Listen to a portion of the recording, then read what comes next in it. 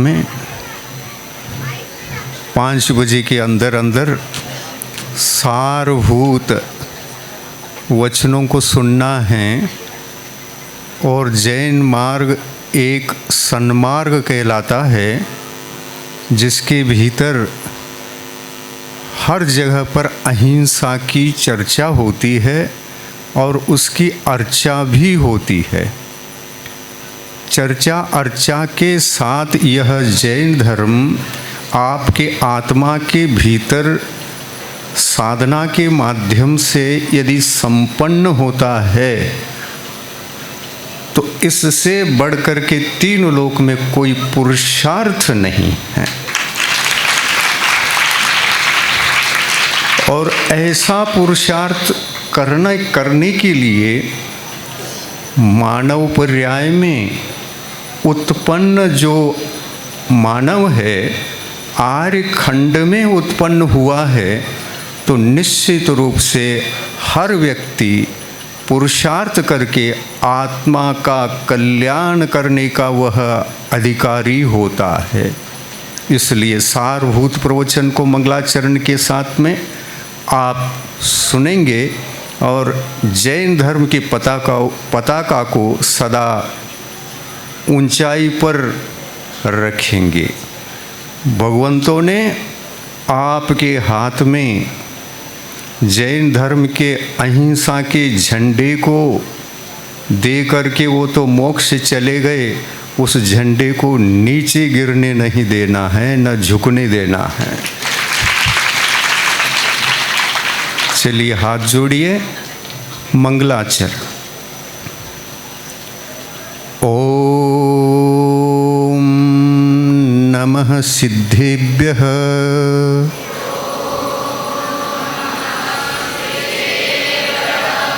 ओम नमः सिद्धेभ्यः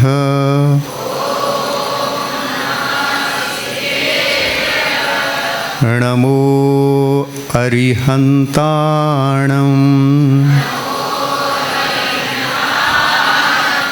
नमो सिद्धाणं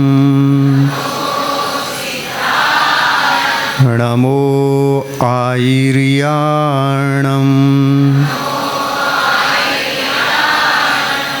नमो उवज्झायाणं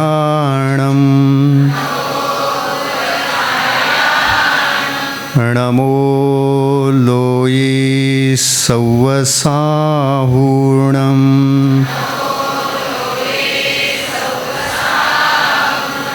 एषो पञ्चनमो यारो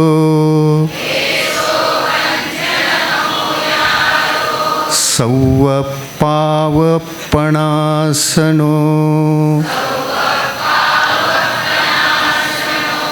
मंगलाणं च सव्वेसिं पढ़मं हवै मंगलम् पढ़मं हवै मंगलम्।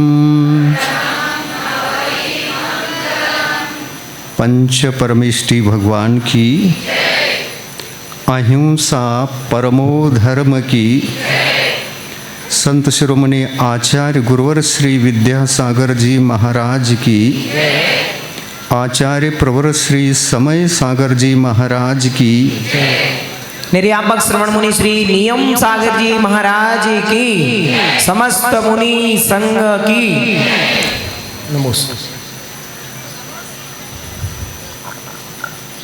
आप सभी पीछे परिवर्तन के इस कार्यक्रम में उपस्थित होकर नई पिच्छी को हमें प्रदान किया और हमने आपको 1 साल पीछे जो ग्रहण किया था उसको आज वापस देने का दिन है। क्योंकि 1 साल में पिच्छी का जो कोमलपन है वो समाप्त हो जाती। ये कोमलपन रहता नहीं है, इसलिए पीछी को परिवर्तित किया जाता है और महाराजों के हाथ में नवीन पीछी देने वाले श्रावक होते हैं और जो घिस चुकी है वो काम में आवे या न आवे, आपकी पीछे आपके लिए समर्पण कह करके हम पुरानी दे देते हैं और नई पीछी को आप हमारे लिए प्रदान करते हैं। सौभाग्य का आज दिवस है।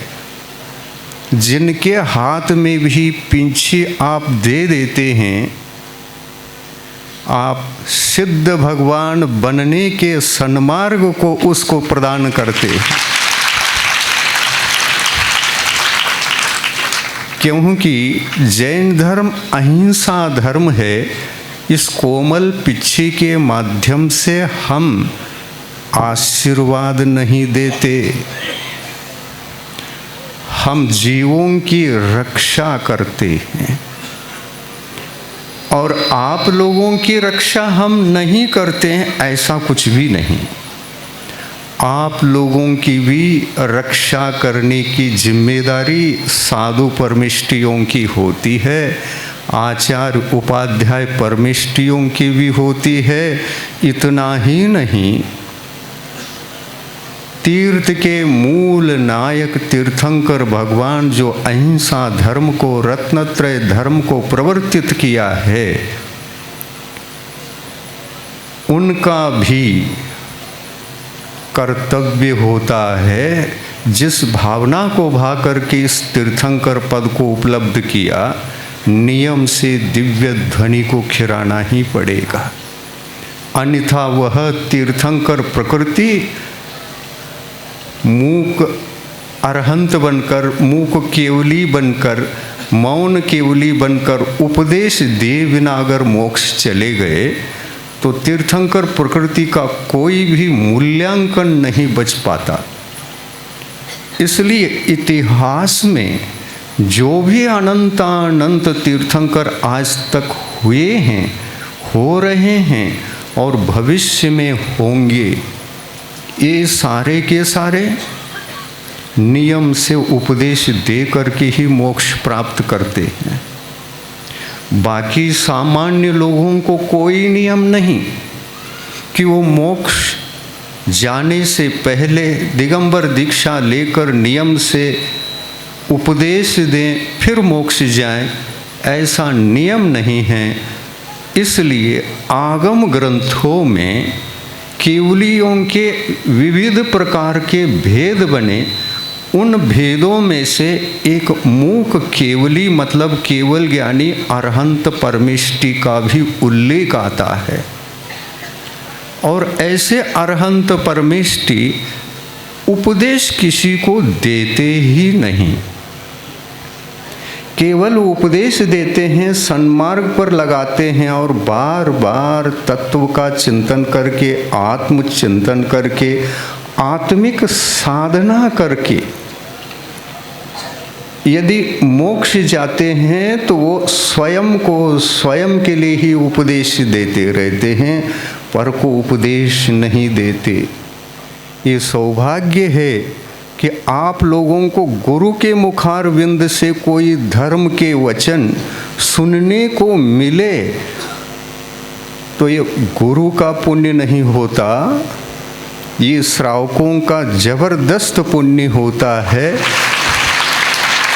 तब गुरु की वाणी आप लोगों को सुनने को मिलती है और वह वाणी सुनने को मिली तो आपका जीवन हिल जाता है, भूकंप हो जाता है, अज्ञान का अंधकार प्रकाश में रूपांतरित होता है और आपका हृदय परिवर्तन होता है।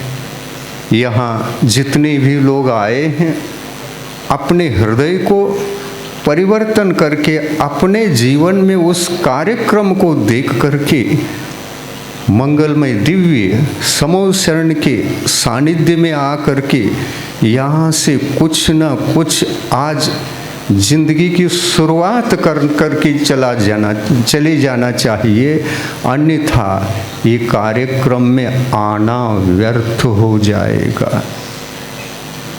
जैन धर्म एक अहिंसापूर्ण धर्म है।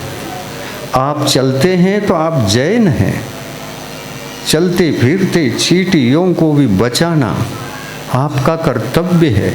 आप वाहन में बैठते हैं, अलग विषय है, किंतु कम से कम जितने जीवों को हम बचा सकते हैं उतना तो बचाना ही चाहिए। जानबूझ करके किसी भी जीव को मारा नहीं जाता, उनके प्राणों को धक्का नहीं पहुंचा जाता, क्योंकि हर जीव के प्राण अपने जैसे ही तो हैं। हमारा जीवन आयु प्राण है और अकाल मृत्यु 1 सेकंड के भीतर हो जाती है। किसी ने पांव रख दिया, आपके ऊपर हाथी ने पांव रख दिया, तो आप बच सकते हैं? नहीं बच सकते। आप कम से कम इतना तो अहिंसा का पालन करें कि देख करके रास्ता चले, देख करके अपने घर में जो भी काम करते हैं अहिंसा पूर्वक करें। ये हो सकता है ना?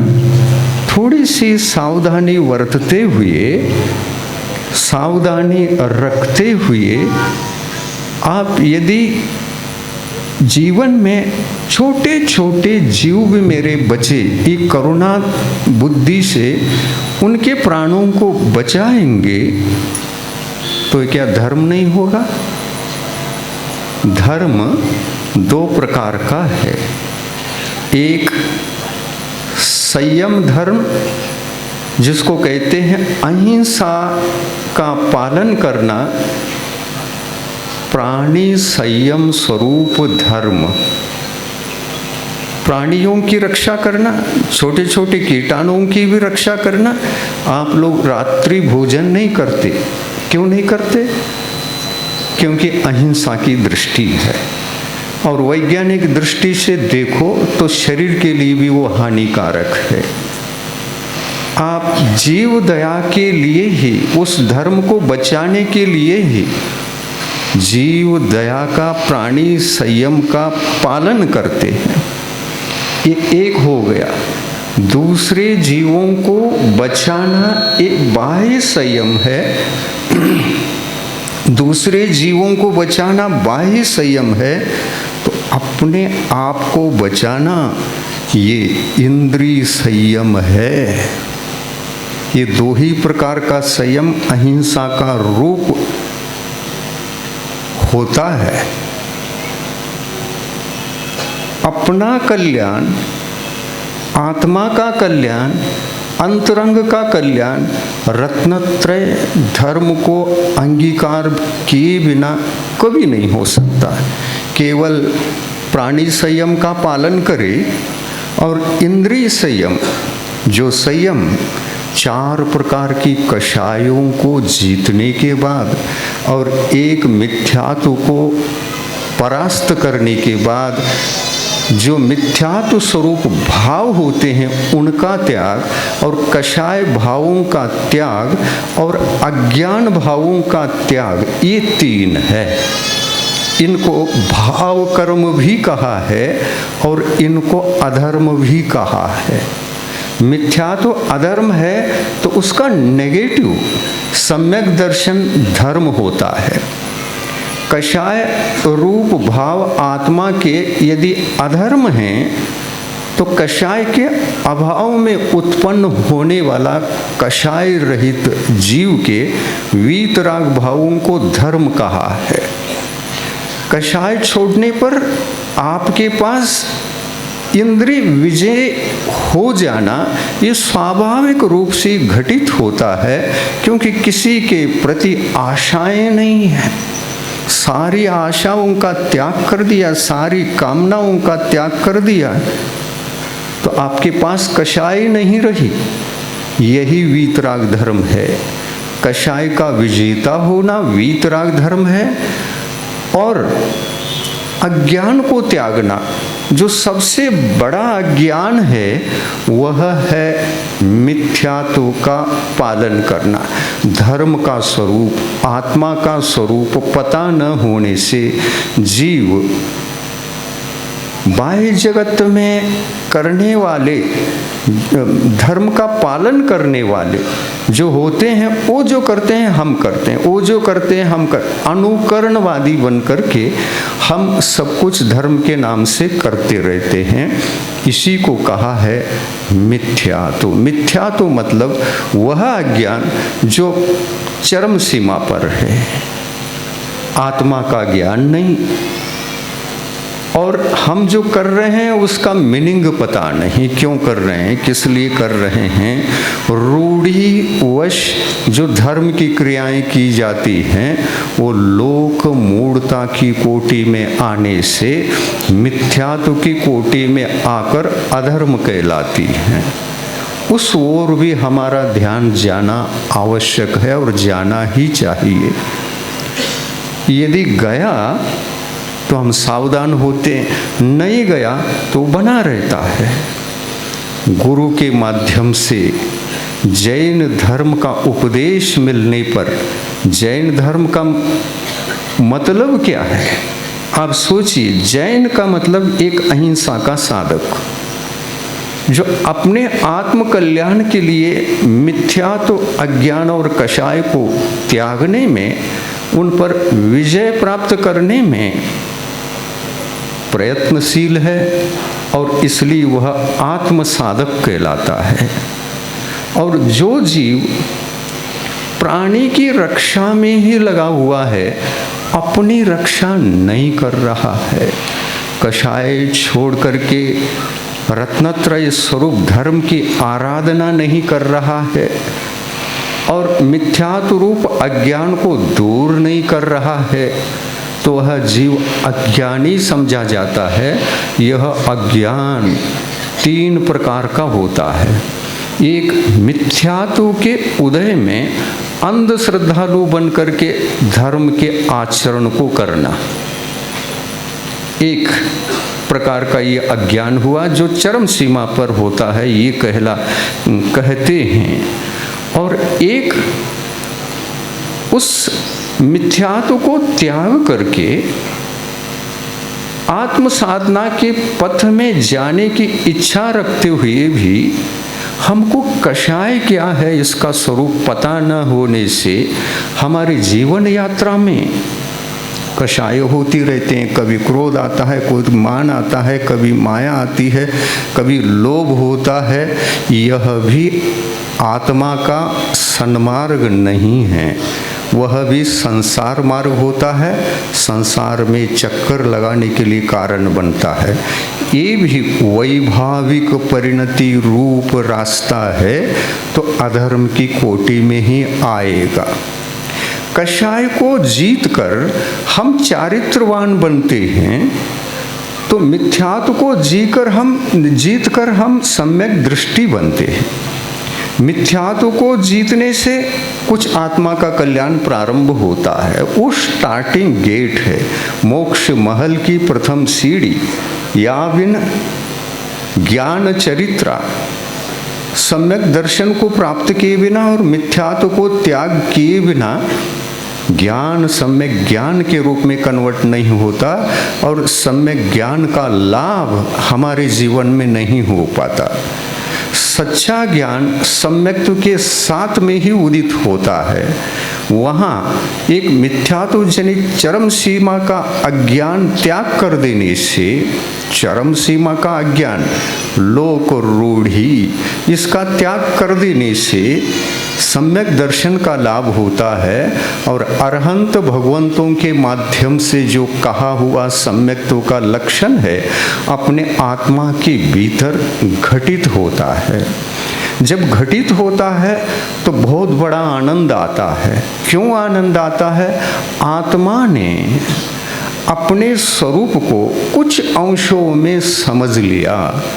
लेकिन पूरी अंशों में आत्मा को, आत्मा का स्वरूप जानने के लिए एक सम्यक दर्शन की प्राप्ति भी चाहिए और सम्यक ज्ञान का लक्षण समझ करके अब कषाय जनित जो अज्ञान है, जो जीव कषाय करता है वो अज्ञान में रहता है, अज्ञान के वजह से ही कषाय होती है। क्रोध आता है तब आप अज्ञानी, अहंकार आता है तब अज्ञानी, छल कपट के भाव आते हैं तब आप अज्ञानी। क्या ज्ञानी नहीं, ज्ञानी होकर के भी अज्ञानी। यानी सम्यक दर्शन है इसलिए ज्ञानी, और सम्यक दर्शन न होने से और कषाय होने से अज्ञानी। तो भगवान कहते हैं मिथ्यात्व को जीतने से सम्यक दर्शन होता है, तो कषायों को जीतने से क्या होता है? तो कहते हैं चारित्र धर्म उपलब्ध होता है।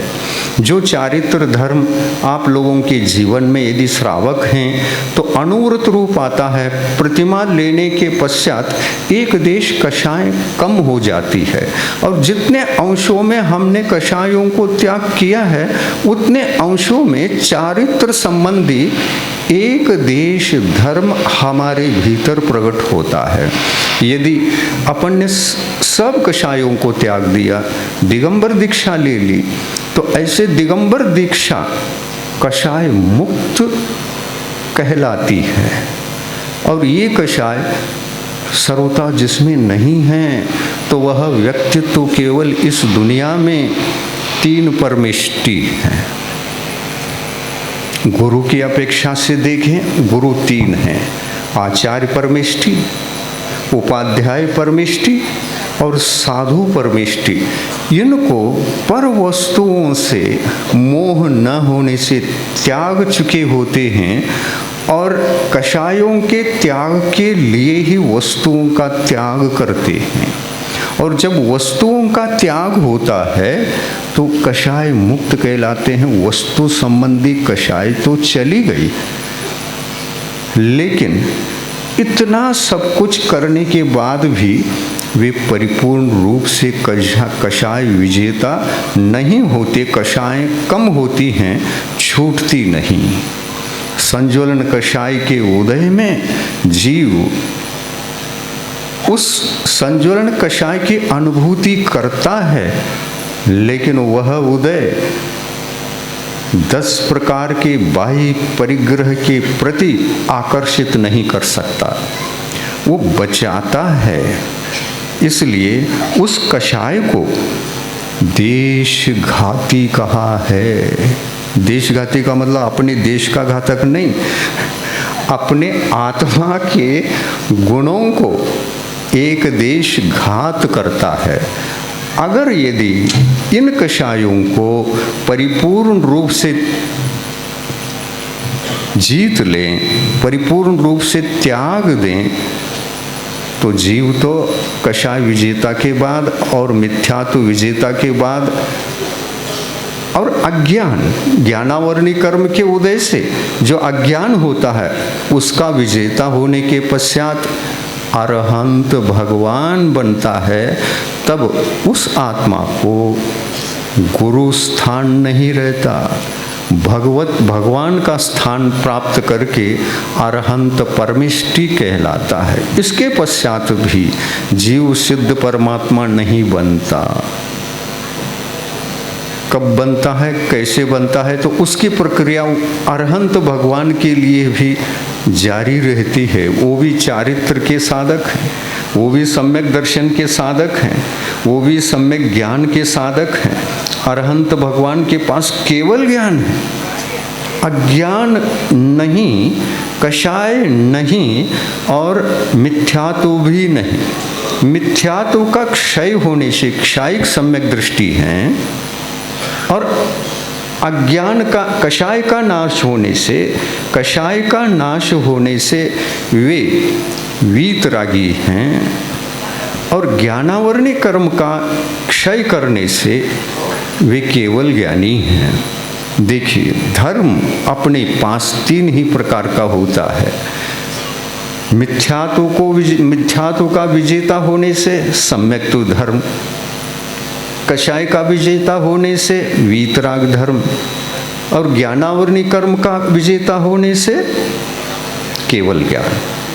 अब जीव को क्या चाहिए? सबसे बड़ा धर्म तो यही है, और वो तो आ गया, सर्वज्ञता आ गई, वीतरागता आ गई, क्षायिक सम्यक दर्शन का भी अनुभव होने लगा। फिर भी जीव को संसार में अटकाए रखने के लिए आघाती कर्म अभी 4 उस आत्मा के भीतर विद्यमान हैं।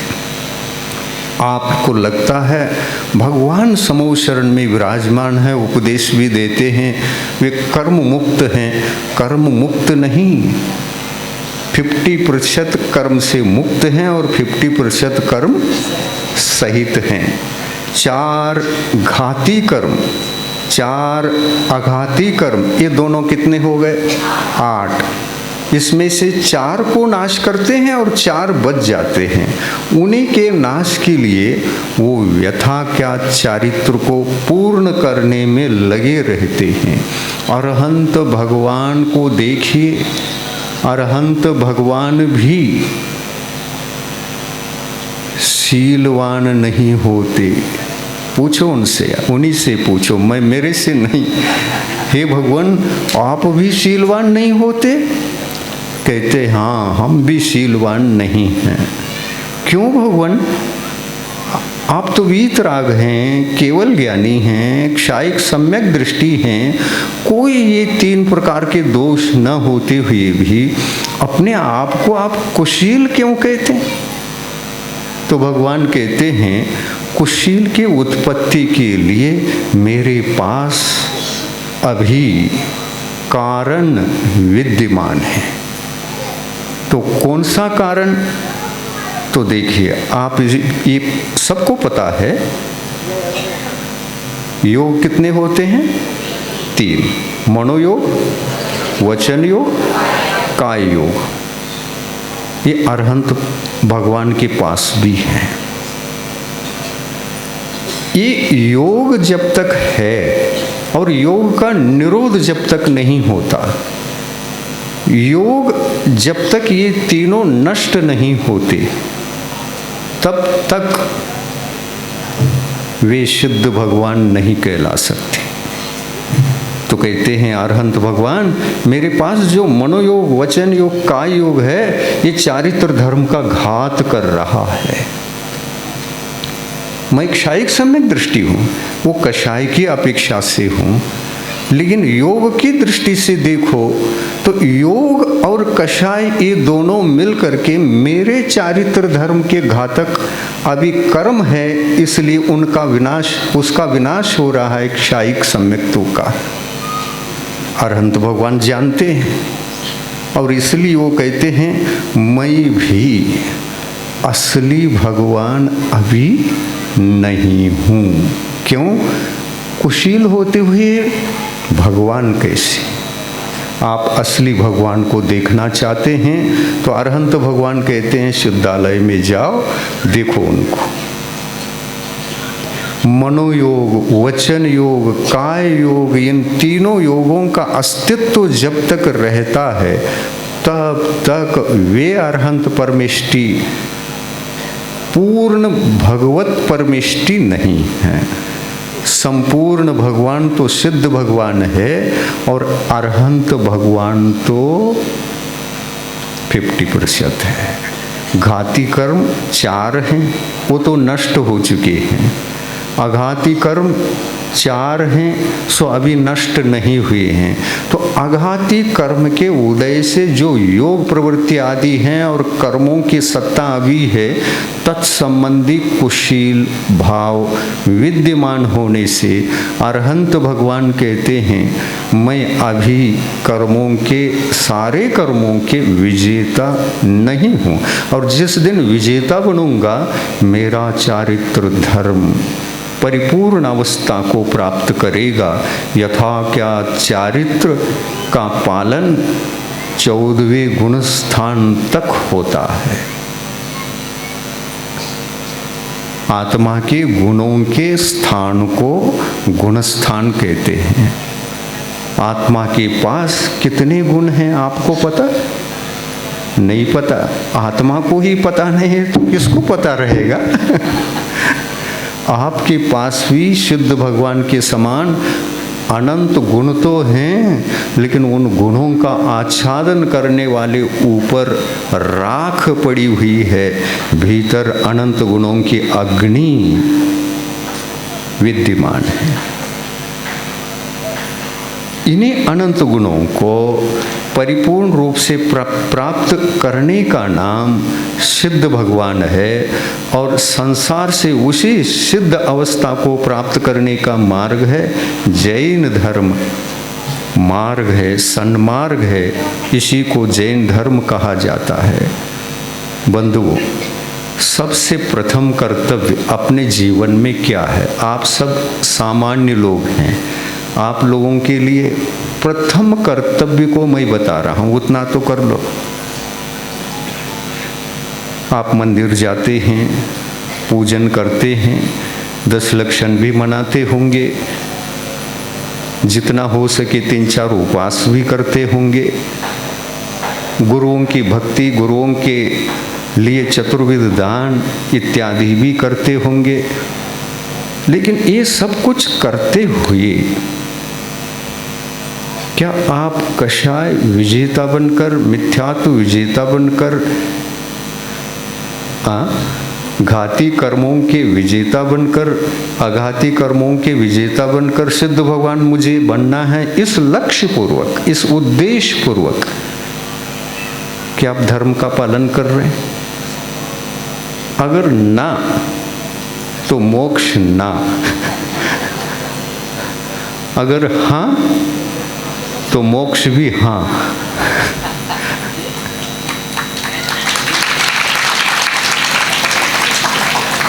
तो आपको अपने आत्मा के अनंत गुणों से प्रेम चाहिए, अनुराग चाहिए, और उसकी सिद्धि के लिए कोई पुरुषार्थ के लिए कदम उठाना भी आवश्यक है। आप कदम उठाएं। कहाँ से शुरू करें? अपने जीवन में कम से कम हम मानवीय धर्म को जगाएं। जैन धर्म दूर की बात है, सामान्य लोगों से मैं कहना चाहता हूँ, आप अपने जीवन में मानवीय धर्म को जगाएं। और मानवीय धर्म कैसा होता है? तो मद्य त्याग, मधु त्याग, मांस त्याग, ये 3 का त्याग। इन तीनों को त्याग करेंगे तो दूसरे पर भी उपकार होगा, और दूसरे के ऊपर यह त्याग करके, दूसरे के ऊपर हम यदि उपकार करते हैं तो आत्मा के ऊपर भी उपकार होगा। मानवीय धर्म अहिंसापूर्ण है कि हिंसापूर्ण है? बताइए। मानव किसको कहें हम? अहिंसा पथ को स्वीकार करते हुए दूसरे को उपकार करता है, और उपकार क्या चीज़? यही चीज़ है कि उनको बचाता है, उनकी रक्षा करता है। ये पर के प्रति किया जाने वाला उपकार है। उतना भी कर लिया तो आप एक आदर्श मानव बनोगे। और दूसरे के जीवन के प्राणों का हरण न करना, ये संकल्प मानव धर्म का होता है। सामान्य रूप से आप देखिए, दुनिया में इतने सारे लोग हैं, इतने सारे देश हैं, इतने सारी जनता है कि इनके पास, इनके आत्मा में भी अनंत गुण नहीं है क्या? है, किंतु उन अनंत गुणों की तरफ दृष्टि नहीं गई, और न ही दूसरे के प्राणों को प्राण समझते। उनके प्राणों का हरण करते समय न ही हमारी आत्मा दुखी होती है। और इसके लिए गहराई से चिंतन करके आपको पहले कदम में, आप आत्म कल्याण चाहते हैं, अधर्म का विजेता होना चाहते हैं, अहिंसा का पालन करना चाहते हैं, हिंसा को जितना बन सके उसको त्याग करना चाहते हैं, तो भगवान बनने के लिए ये सभी उस उद्देश्य पूर्वक ही भगवान मुझे बनना है, उस उद्देश्य पूर्वक ही जीव दया करनी चाहिए।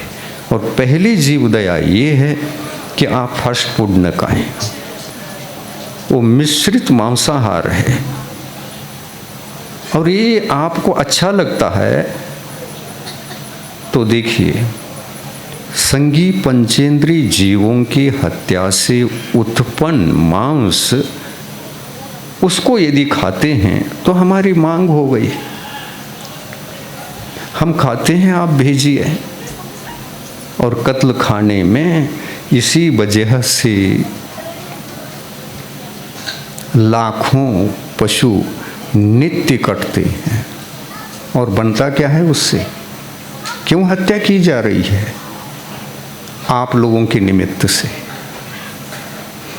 आप जैन धर्म के नाम से गौशाला खोलते हैं, जीव दया करते हैं, सब कुछ कर रहे हैं, लेकिन ये मांग भी तो है आपकी।